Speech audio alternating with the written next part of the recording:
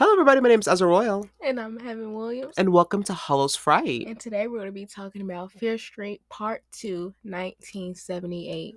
So, I really enjoyed this movie. I think this is one of my favorite movies out of the trilogy. Number one, I've noticed that I like all movies that are based in like late 70s to early 80s when it comes to like teen slasher, teen horror type stuff Yeah. because it just gives such a great aesthetic. I loved it when they did it for I think it was 94 though. But that little time span, like that 20, 30 year time span. I like when they did it for American Horror Story. They did a whole season basically that was surrounded by that. I love when they did with American Horror Stories. It just, well, it was more with American Horror Stories. It was more just like camping. But nevertheless, I love a camp scene. Yeah. It's really fun. And I love when they did the flashbacks and like Jason Voorhees movies, all that type of stuff. It was just fun. I like the idea of that. That's the only thing that ever made me want to go camping was to Yeah. run from a murderer. It gave yes, it gave a nice cozy vibe. Like if you think about Halloween, like the first one is cool, but you should have watched that before Halloween, like I feel like. And then like but the second one it gives like, oh, we're gonna sit down, we're gonna get our popcorn, our candy corn, we're gonna watch Fear Street Part 2. But yeah, I just like how it's all like cabiny and I love the aesthetic, like how it was all like, oh, we're kids in the camp, and then all of a sudden there's killers, and then yeah, it was just I just love how it all went down. I also feel like this one went a lot smoother than the original. Like it was an easier watch. The original, you had to like pay attention to certain details because there was a lot of world and history building going on. But Right. in this one, it was really simple and to the point because we already had a whole backstory. This was just giving us more information, so it was a real simple, easy watch where I was paying attention, but I was having more fun.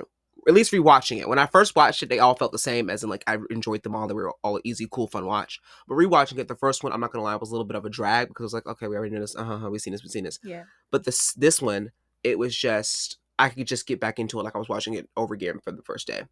So I really enjoyed that aspect of it. Yeah. But to give you a quick little synopsis, obviously there are gonna be spoilers in here, so if you haven't seen the movie, go watch it. It's on Netflix. Fear Street, 1978. But basically, we pick up where we left off in the last movie at the end, to where our main character's girlfriend is trying to kill her, because she has been possessed by supposedly the witch of Seraphir. And so they went to go see BP Sermon. I never been able to say her name right. Sydney Birdman. Ziggy. We're gonna call her Ziggy because that's her main character name. So they went to go see Ziggy, because she's the only person that's ever seen the witch and survived, and they want to know how she did it in great detail, so they can do it for the main character's girlfriend, who is Dina. Am I saying her name wrong again? Dina is the girlfriend, and then I think her name was Sam. So they went to go see Ziggy, right? Because they wanted to figure out how she survived, because she was the only person that's ever physically seen the witch by the little touchy blood thingy to has ever survived. I love how I described that. And they want to get all the information. So they tied Miss Sam up. They tie her up, put her in the back of the trunk. She's exorcising out in the back of the trunk. Full on. First of all, I would have threw her out in the ditch because she would have never had the chance to be growling at me. And then I would have left her back at home, first of all, because I don't really think I feel safe with traveling with her. Because I can't have her popping up when we're trying to get this information from slicing and dicing. Because they be popping up. But no, I would have tied her up in like, I don't know, the closet. Because, that's where she be. Anyways. Oh! You was right about that. And that made Miss Dana really mad. Yes, made her upset. But anyways, and I would have tied her up just like they did with the phone cord. Because I don't think I would have felt safe, because as soon as I would have heard something bump in the truck, I probably would have crashed, because I'm like, yeah, I just would have been scared if somebody was coming after me. And we would have all died. Well, yeah, that's why you just wouldn't be able to drive. You're going to do that anyway. As soon as you hear boom, oh! Yeah. And there was too many murders out in the streets that night. Yeah. But basically, yes. So they went ahead and they went over to her house, convinced her to tell her, get the information. So Mrs. Ziggy sits on the chair and basically tells everything from day one of what was happening at Camp Nightwing, which is where her experience with the witch and everything went down. So basically, she tells a story about how her sister's boyfriend was this really like nice, genuine character, and he was, I don't know, just upstanding citizen, but also he's from the shady side of town. So He was a sweet, sweet boy, and like you would never expect him to be like the killer, you know. Which So is a thing that happens for all these characters. All of the yes, ones that are murderers were never had expected. They were upstanding citizens in right, their little part of town. They were good kids, etc. yeah, But something always just snaps with them, which yeah. I find it very weird because I haven't found one story that they have talked about yet Hmm. to where it was a character That was already like like a a problem. butthole, yeah, Like for instance, we have never seen a character like Ziggy turn into that. We have never seen a yeah. character like um who was that? Like the dude from he's from Oh, Sunnyvale, but if he yeah, wasn't in Sunnyvale, we never seen right. a character like that. It's always these Good, innocent, nice good, kids. nice kids that transform. Yeah. And from what we get from, we can't talk about that yet. We can't talk about Oh yeah, we can talk about the third one, but basically it leaves like a mysterious, essence. Cause like, why are all of these good kids turning bad and killing multiple people? So it gives mysterious vibes. it does. But basically, he ends up going cuckoo for Cocoa Puffs slowly. Hmm. And before he goes cuckoo for Cocoa Puffs, he's apparently hearing Oh, voices. And one of the last, at that time, the last crazy witch possessed murderer's mother, she was a nurse at Camp Nightwing. I forgot her name. Oh my gosh, can yeah. you grab her name right quick? Yes. Hold on. And by the way, Tommy his name was Tommy. Slater. She was the Ruby mom. Lane's mother. Yes. So Ruby Lane's mother, they literally didn't have a name for her. I literally don't know. Just Miss Lane. It was Miss Lane. It was Nurse Lane. Nurse Okay, Lane, this is yeah. interesting. Okay, so Nurse Lane's was the mother of Ruby Lane, which was the Hmm. killer in the first movie. That was the second killer to actually attack. It Right. was And the she, dude that originally Skeleton Boy, hmm which I forgot his name. We're not gonna talk about that. Ryan, Then it was her who attacked Simon. Simon on the street outside when she was sitting on the ground. She He thought she killed, was crying. yes, she killed people with a shaving razor A shaving from razor. the Well, she also olden killed days. herself. Yes.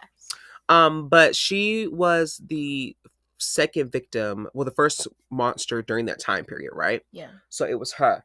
And her mother was working in Well, a nurse camping. oh yeah, Her mother was working at the camp, as being a a nurse nurse, there. yeah. And I think she was already probably a nurse during that time. Like she was Yeah. a registered nurse or whatever.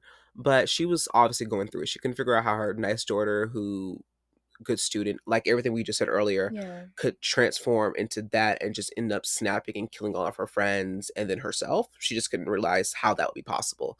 So it was really taking a toll on her. And she started researching the witch. She started going Yeah. aside and working in the camp to get into the woods. Yes. Because, long story Yes. short, the camp is basically the city court of where the actual old little settlement used to be in Yes. 1666. Yes. So, which is where the next movie takes place. So all of that was there, and she was researching. She was trying to find Seraphir's hand Yes. to break the curse. Because if you reunite hand It with was body, a little it'll nursery rhyme. yeah, it was like a little nursery rhyme. It'll break the curse or not. So Nurse Lane already knew that Tommy was going to be possessed, or was already having the beginning of possession, because she's seen his name on the big little witch's little ritual cave Yeah. pallet table The thing. witch's mark. The cave. witch's mark. That's what they called it, but like it also kind of confused me because like that was the mark on the ground. I don't know what the heck that thing was, but the name game. It was a little name game for them. She found it on there, and she already knew that he was starting to be possessed. Mhm. So she tries to kill him to basically mercy save everybody and also Yes. mercy save him in a sense. She ended up being stopped by him because he's a little stronger, so he bumped her Yes. head, Horrible knocked her out, girls. and that was that. She Yeah. gets arrested. That was that piece. But after that point, he starts really freaking out because he's like, what is she talking about? I've never Yeah. interacted with this lady. I Yeah. don't understand why this would be happening. Like, why would she want to hurt me? Yeah. The police describes it as her just basically being crazy Yeah. and all that. So long story short, he starts to feel the signs of possession. He starts ending up possessed. He kills one of their friends, him and his girlfriend's friends. Then starts killing all the kids in the camp. Mhm. He didn't kill. I think he only killed like maybe like 15 people, but starts killing a nice amount. Then it becomes to a survival game to defeat him, Yeah. right? So Ziggy, her sister, and her sister's ex best friend Alice. get together to try to basically put the hand back and bury it and end the curse, Yeah. right? because they thought they already killed him. They thought they already killed Tommy. Didn't kill Tommy. Tommy came back to life like 2 times. Yeah. And then killed Miss Alice. They did kill Alice because Tommy hit her right in the head with that axe. Horribly. Right in the head she with that really axe. wanted to be a part of just like he did Samuel. Simon. Yeah. Simon. Oh, when I say I'm not going to just like he did Samuel. Did I say it wrong again? You know what? That's beside the point. Yeah. Just like they did Mr. S. That scene really just shocked me. I'm not gonna lie to y'all. That scene shocked me. Anyway, he came out of nowhere. I knew he was gonna come back alive, but I just thought it was gonna be another time. Like I thought he was gonna come after them as they was leaving. Yeah, I thought it was gonna be like a little chase thing, and they were gonna see her. I didn't know she was gonna get chopped out of nowhere. Right. Like, and I watched this movie already. I still caught me off guard. Right. I was like, what? But yeah, that happened, right? So they go do that. Turns out the body isn't even bodying in the grave no more. Like it's not there. So they're digging. They realize it's not there. Then all these killers are coming after Ziggy because she's seen she bled in what you call she's seen the curse, which I find weird. And I want to talk about this. It's weird to me because Alex touched the body of the heart of the birth of the goo in the cave. Alice. She touched the body of the heart of the birth of the goo. And she's seen the witch.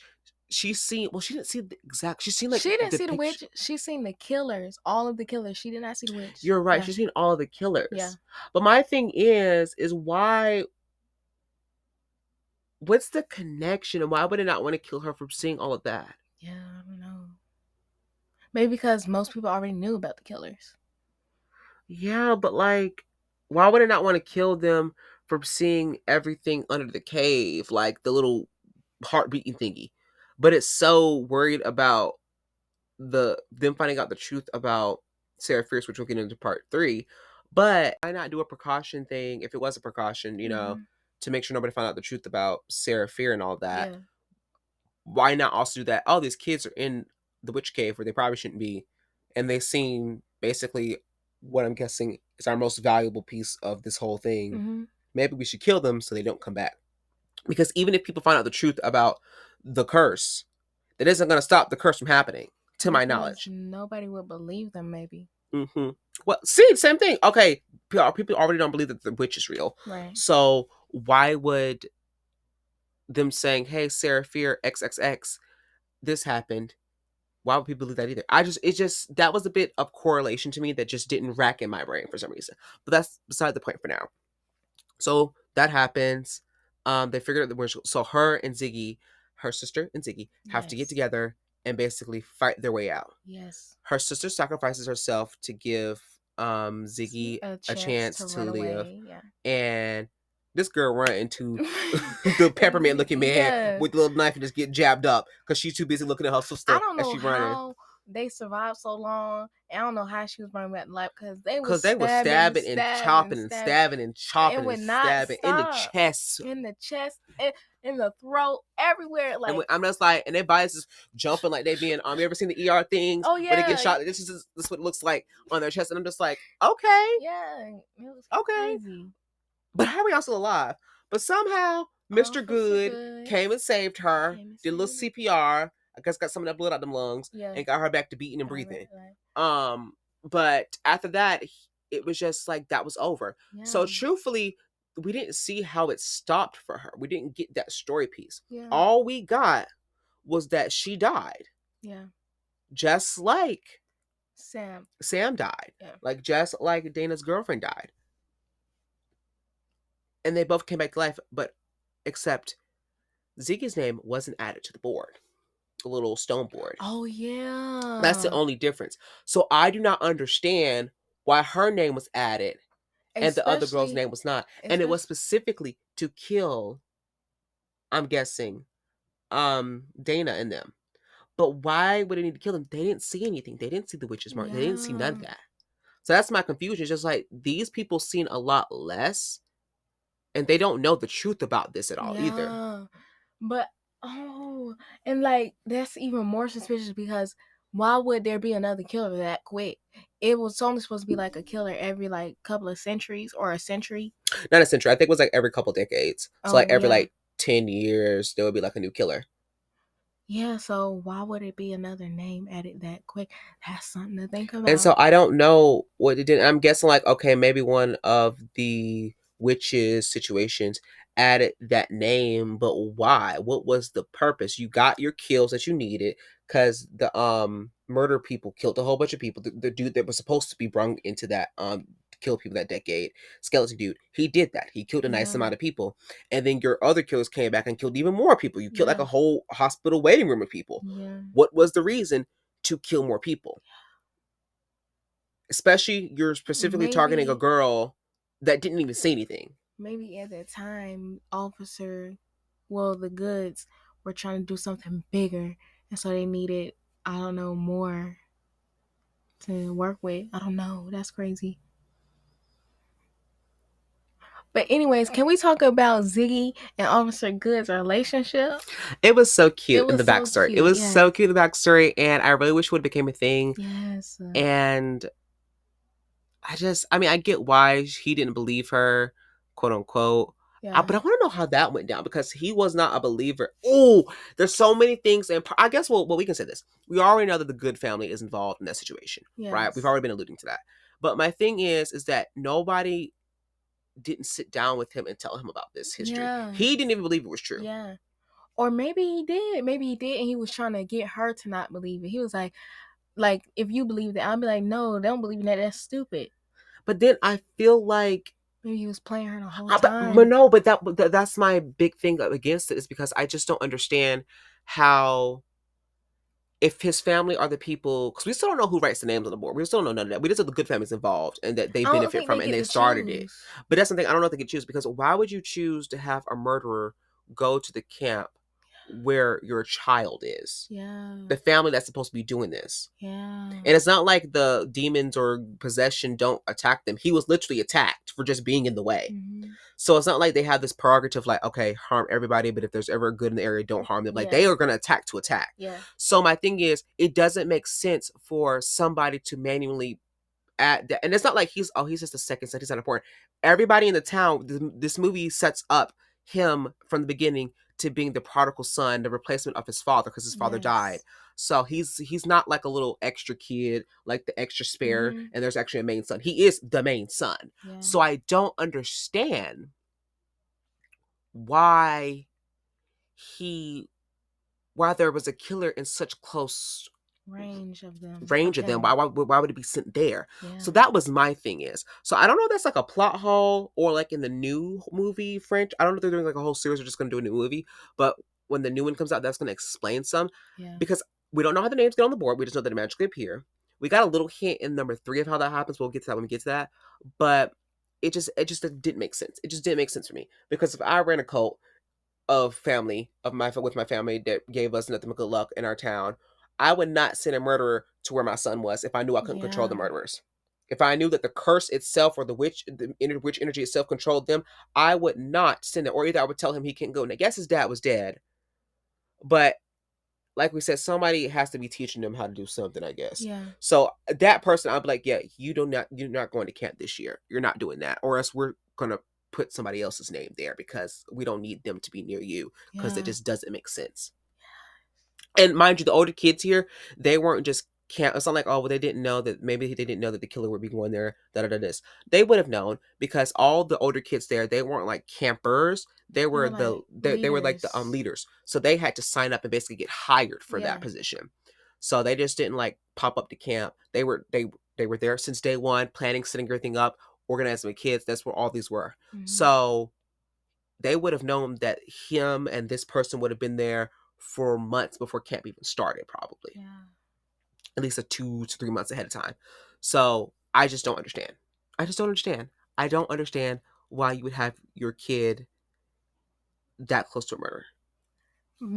I'm just thinking like maybe they couldn't choose, but at the same time, you know that they are in what is the camp in Sunnyvale? I mean Shadysville, whatever it's called. If the camp was in Shady Side or like even close to it, like you were saying, why would he send Well, them actually, there? hold on. I think the camp might have been right in the middle of where Sunnyside and Shadyside and Sunnyvale or Sunnyside, I forgot what the heck that town was called, was at, because that was the old Like that was like their old farm place. original Yeah. town. That was the old original settlement. Yeah. So they said that's where it was before it was split. And I'm Oh guessing that maybe it's like yeah. in between where both of their towns meet, and then on the right is Sunny So Shade and yeah, all the other stuff, maybe etc. the person who was down there doing the little ritual was like, "Oh, it's probably not gonna be specifically at this place." They probably wasn't thinking. They was like, No, I take that back. I think it's in I think it's in Shadyside. "Oh, I think it's in Shadyside. what do you mean?" Because I was thinking about it. Yeah, I was thinking maybe it could be split, but why would they have all the evil gooey stuff on Sunnyvale when this all the I know nothing bad would happen there, but if the bodies pop up from the heart of it Yeah. and the murderers don't have any caution on who they kill, they just kill whoever get close to them. I feel like it was in Shadyside. I feel like all the evil stuff is in Shadyside. I feel like the goods just travel over there to get to where they need to get to. Because also, Oh. when they needed to go to the sheriff's office, which is also, the town kind of confused me a little bit, because when they need to go to the sheriff's office, why would they travel a town over to go To see Mr. go. Good? It was a quick drive for them. Right. So that means he probably worked in their local town. Mm. So to me, I feel like, yes, the towns are two different names and they're like quote unquote separated, but you can actually have a town in the US that's not legally a town. It can have its own name, it can have everything, but legally on a map, it's not a town, it's part of another town because they haven't properly incorporated themselves yet. So I'm guessing maybe they're still on a big map wise, like if the president or governor or whatever was looking at them in their city or their state, if Google Maps did it, it would still show one town because they haven't been properly divided into two towns yet. But they just see themselves as two towns because it's such a stark difference of everything bad's on this part of town, everything's good on this part of town. Yeah. Because when something happens, the sheriff pops over to that part of town and this part of town. The police goes to that part of town. Like they don't have designated police officers. Even for the hospital, she was brung to the Shadyside Hospital. Yes. So that answers it. He didn't know. Wait. Oh my goodness. Cause wait. Wait. OMG. So he probably did know. Oh my god. What if the killers go to wherever the most people is at that moment? That's probably why.